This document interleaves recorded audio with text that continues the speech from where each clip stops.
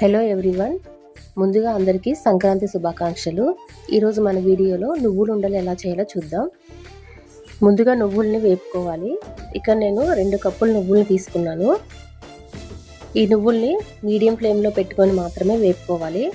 వేపిన తర్వాత మిక్సీ గిన్నెలో వేసుకొని పౌడర్ చేసుకోవాలి.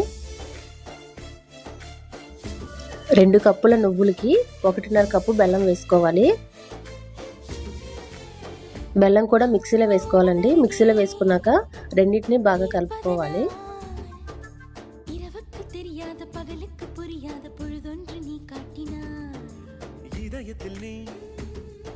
బాగా కలుపుకున్న తర్వాత వీడియోలో చూపిస్తున్న విధంగా ఉండలు చుట్టుకోవాలండి.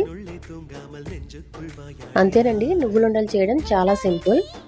పిల్లల హైట్ పెరగట్లేదు అనుకునే వాళ్ళు ఆ పిల్లలకి రోజుకు ఒక నువ్వులుండ ఇస్తే ఖచ్చితంగా హైట్ పెరుగుతారు. మీకు ఈ వీడియో నచ్చినట్టయితే ప్లీజ్ లైక్